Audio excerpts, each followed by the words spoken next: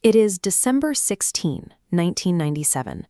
Across Tokyo, millions of children are gathered around television sets like this one for the evening broadcast of Pokémon. At 6:30 p.m., a character on screen fires a missile. For 4 seconds, the screen explodes into a sequence of flashing red and blue lights.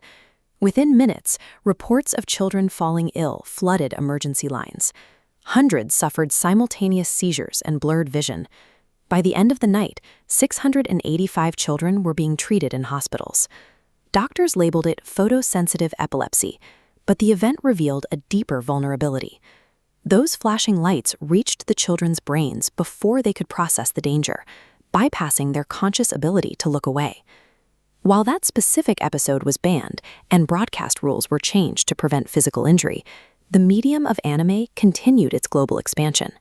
Modern media has developed a more subtle method of entry. Rather than overloading the optic nerve, current shows target the subconscious mind through narrative. By embedding moral concepts directly into the storytelling, these shows can introduce a specific set of values without triggering a viewer's critical filters. If we examine some of today's most successful global hits, we see a recurring pattern in how they present reality. Shows like Overlord or Demon King place the audience in the shoes of a protagonist whose primary goal is to shed their humanity and become a demonic entity. In Jujutsu Kaisen, the narrative centers on capturing cursed spirits and using dark incantations. These occult practices are presented as skills to be mastered, making the dark arts feel accessible and stylish. The Seven Deadly Sins goes further by naming its heroes after the very traits, like pride and wrath, that religious traditions warn lead to human ruin.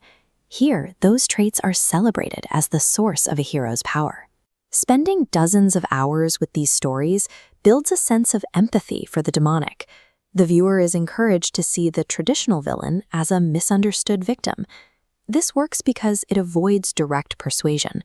By making the forbidden look heroic, the medium shifts a viewer's moral compass without them noticing the change.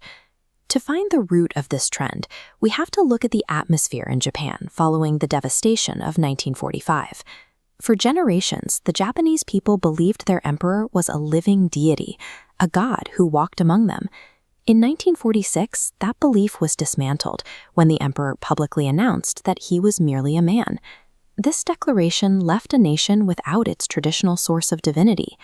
Osamu Tezuka, known as the god of manga, began his career in the shadow of this national crisis. His creation of Astro Boy, a child killed and then resurrected as a powerful machine, offered a new kind of myth to a public that had lost its old ones. Tezuka's success showed that a population in a spiritual vacuum is hungry for new myths. Anime grew to fill this void, evolving into a medium that frequently substitutes religious certainty with fictionalized gods and supernatural power. This pattern of shifting moral definitions reflects specific descriptions found in ancient religious warnings.